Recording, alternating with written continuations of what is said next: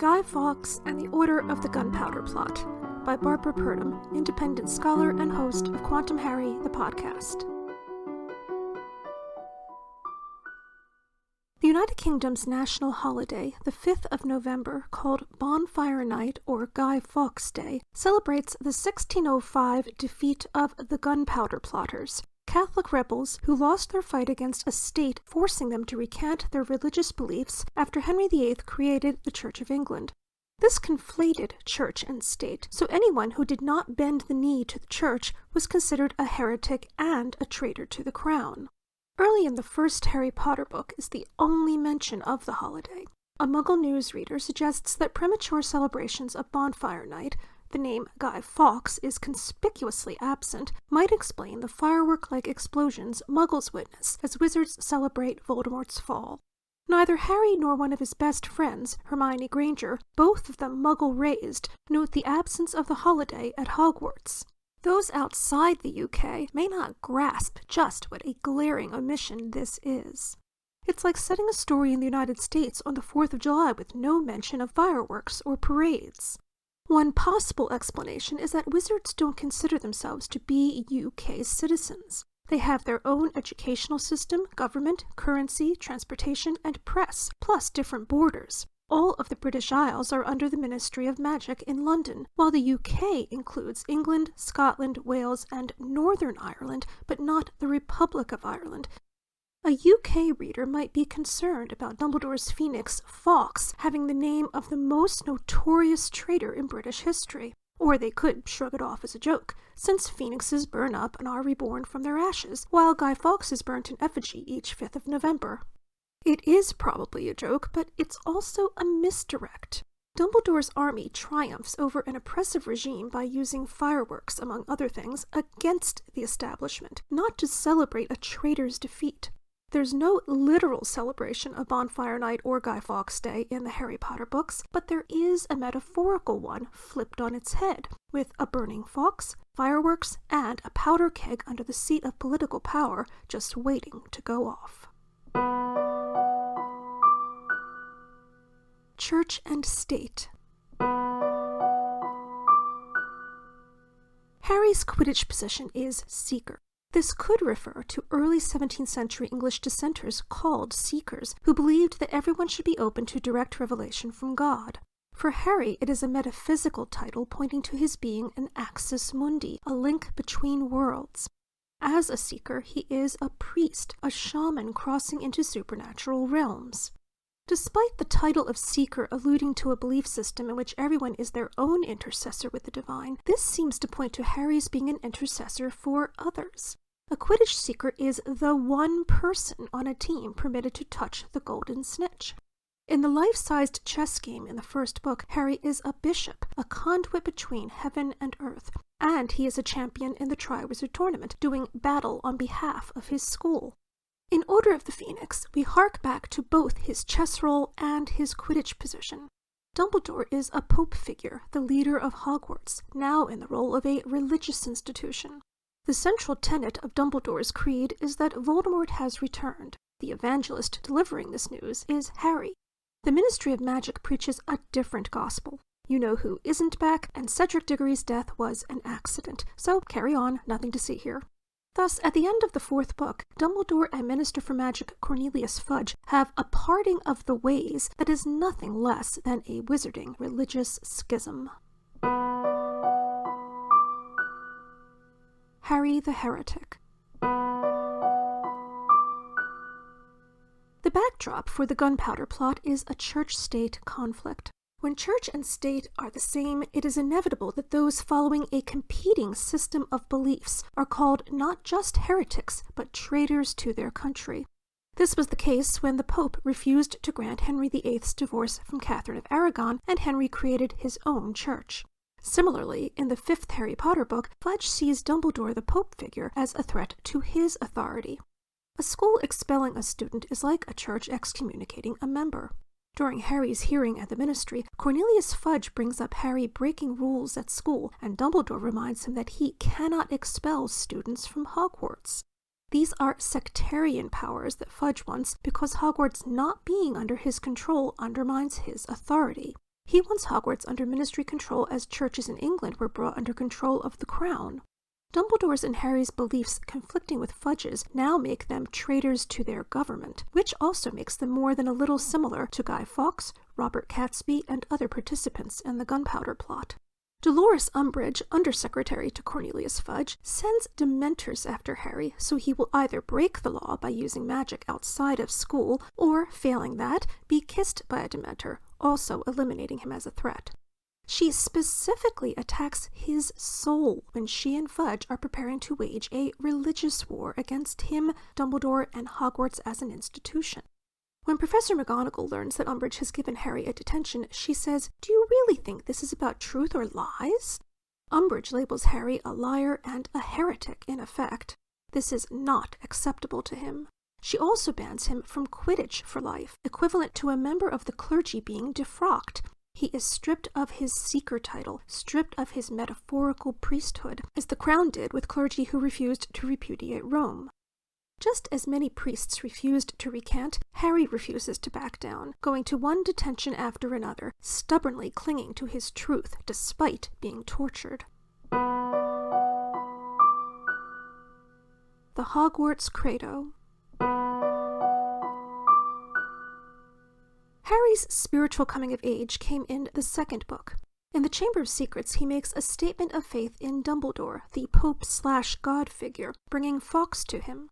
When Fawkes lands on Harry, he is like the tongues of fire that appeared on the disciples in Acts 2, verses 1 through 4. When the day of Pentecost came, they were all together in one place.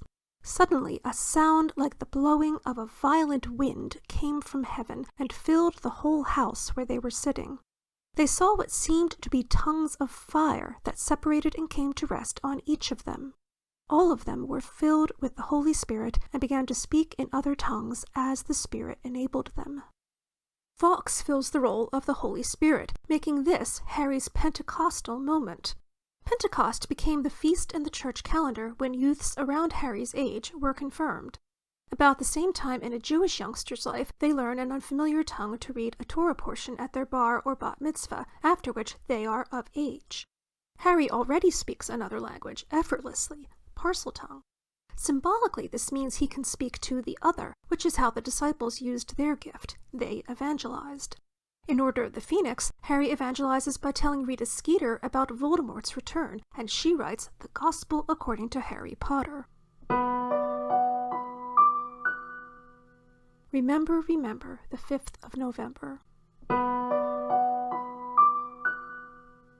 Members of the Order of the Phoenix come to Privet Drive to take Harry to a safe house, the equivalent in the 17th century of Catholics and Catholic sympathizers hiding renegade priests. A religious war is being waged against Harry, Dumbledore, and anyone who follows their doctrine, so, like the priests, Harry must be moved to safety. Fudge appoints Dolores Umbridge as the new Defense Against the Dark Arts professor. She begins by interrupting Dumbledore at the welcome feast, just as he announces tryouts for Quidditch, in which Harry's position points to his being an intercessor, a priest/shaman.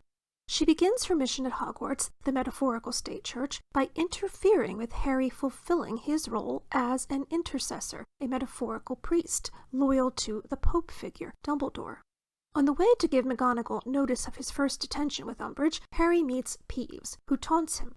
"What is it this time, my fine potty friend? Hearing voices, seeing visions, speaking in," Peeves blew a gigantic raspberry, "tongues?" Hearing voices, seeing visions, and speaking in tongues are related to ecstatic religious experience, and Harry has done all of them. He heard the basilisk's voice before he knew what it was, sees visions of Voldemort, and speaks Parseltongue, which made people think he was the heir of Slytherin in the second book. Harry's writing "I will not tell lies" until it bleeds out of his hand appalled many readers, but torture was routinely used by the Spanish Inquisition and by the Church of England, which is to say the Crown, to make heretics reject heresy.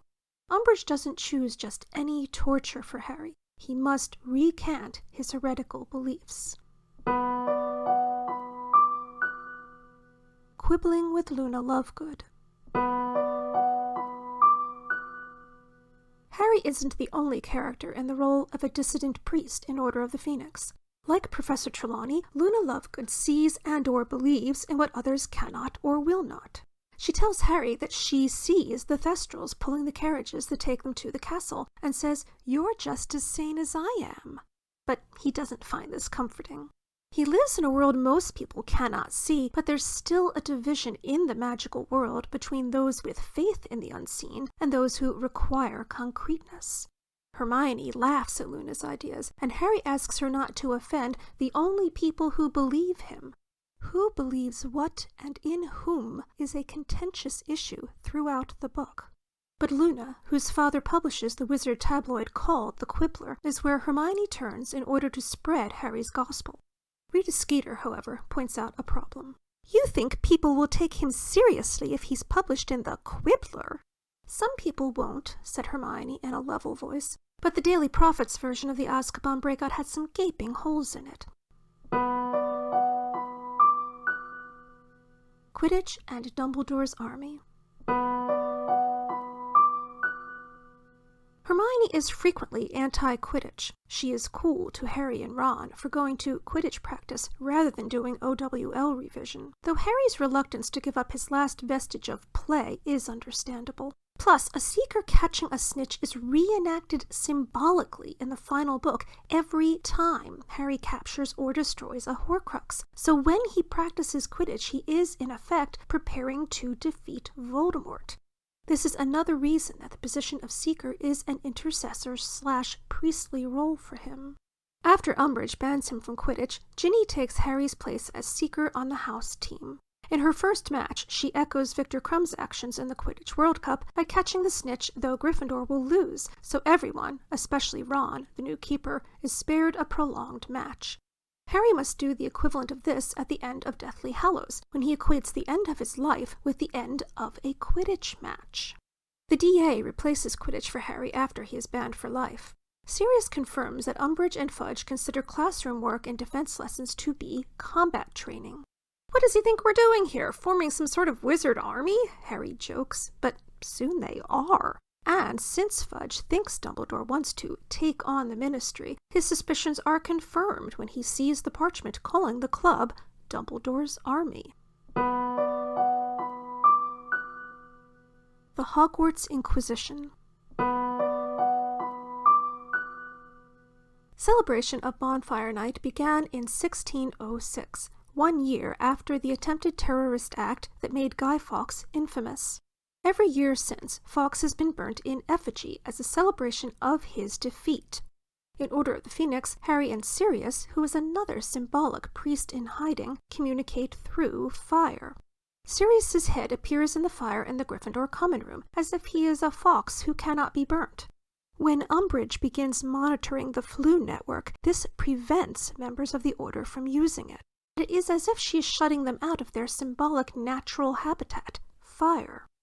Umbridge creates a new post for herself, High Inquisitor, a religious title highlighting that she will pursue heretics, those whose beliefs do not mesh with the approved dogma, which is what an Inquisition is. State and church are the same, so when she roots out incorrect beliefs, she is rooting out treason. This further emphasizes Dumbledore as a pope figure. He leads what Fudge and Umbridge perceive as a rival church predating theirs. They remove Ministry employees adhering to this older catechism and spy on those close to Dumbledore. Sybil Trelawney's job is hearing voices, seeing visions, and speaking in tongues. It is no coincidence that she is the first teacher Umbridge places on probation and the first to get the sack. To Umbridge, Trelawney is the clergy of the old religion. Umbridge may not know of the prophecy involving Voldemort and Harry, but recognizes Trelawney as a threat to the new church, someone who may contradict the Ministry if what she sees, with a capital S, tells her to. Hermione holds the first DA meeting at the pub called the Hogshead, and the barrels of gunpowder Guy Fawkes was caught with were called hogsheads. Part of the charges read in court say, "The said false traitors traitorously provided and brought into the cellar aforesaid 4 hogsheads full of gunpowder." Umbridge issues Educational Decree No. 24, banning student clubs, the equivalent of the Crown forbidding non-sanctioned religious services. Any student violating it will be expelled, excommunicated in other words. An amendment to Decree No. 24 allows Umbridge to ban Harry, Fred, and George from Quidditch, and take Harry's de facto priestly title from him, Seeker. Dumbledore takes the fall. Arthur Weasley was surely not authorized to be near the religiously named Department of Mysteries when Voldemort's snake Nagini bites him. Everard and Dilys, former Hogwarts headmasters with portraits near where Arthur was attacked, help Arthur. Everard has Arthur found by the right people. Everard isn't the most common name in Britain or anywhere. It may refer to Everard Digby, one of the co-conspirators in the Gunpowder Plot. Harry and the Weasleys, while visiting Arthur in St. Mungo's Hospital, see a portrait of Urquhart Rackharrow, captioned "Inventor of the Entrail Expelling Curse." This cannot be a healing spell. Guy Fawkes ensured that his hanging brought him instant death, disappointing spectators, but his cohorts were hung just long enough to be in great pain. Then they were taken from the gallows, and their entrails were drawn from their bodies, a combined torture and death. It is possible that Arthur's wound from Nagini approximated this, which is why his injuries were difficult to treat. Rackharrow, whose name could refer to the rack, another torture device, needed to invent a spell for putting entrails back into a body. Educational Decree No. 27 says a student will be expelled, excommunicated, if caught with the Quibbler, a competing canon, an unauthorized gospel. In January 1604, James I issued the Acts of Uniformity, requiring strict adherence to Anglican Church tenets, banishing Jesuits and Roman Catholic priests, as Umbridge tried to banish Trelawney, and appointing a commission to make a new English translation of the Bible. The Crown needed to control the canon, and so does Umbridge. Guy Fawkes was probably not the head of the Gunpowder Plotters, though he was a prominent member. He may have taken the fall for a comrade when he was found with the gunpowder. Robert Catesby was a higher-profile rebel. This may have given rise to the now debunked idea that Guy Fawkes was the origin of the phrase Fall Guy. But even if he was a Fall Guy, he was in a rebel organization ideologically opposed to the state, just as the DA was breaking Umbridge's rules. Harry can be seen as Catesby, and Dumbledore, whose phoenix is called Fawkes, as Guy Fawkes when he takes the blame for Dumbledore's army. Over the centuries, where Guy Fawkes Day is celebrated, Guy Fawkes was and is usually burnt in effigy, but sometimes effigies of the Pope were burned, such as in the American colonies in the 18th century, where it was called Pope's Day. Dumbledore is a Pope figure, so it is fitting that Fawkes the Phoenix appears in his office when Fudge attempts to arrest Dumbledore. The Gunpowder Plot ended with the plotters imprisoned and executed, while gunpowder, their intended weapon, was used for a celebration of their defeat. In contrast, Dumbledore escapes triumphantly in a burst of flame. Since 1606, in addition to effigies of Fawkes and the Pope being burned, firework displays have been used to celebrate the defeat of the Gunpowder Plotters. Fred and George turn this on its ear by using fireworks as a weapon against Umbridge. The twins are particularly fond of Catherine wheels, named for Saint Catherine, the patron saint of fireworks. When Harry is convinced that Sirius is in danger in the equivalent of the cellar beneath Parliament, he goes to the Department of Mysteries to save him, and like Guy Fawkes, he is caught by Lucius Malfoy and other Death Eaters. Harry and his friends engage in battle and trigger multiple explosions, though not from gunpowder, in the Hall of Prophecies, where centuries of prophecy balls, each the record of a prediction, are explosively destroyed.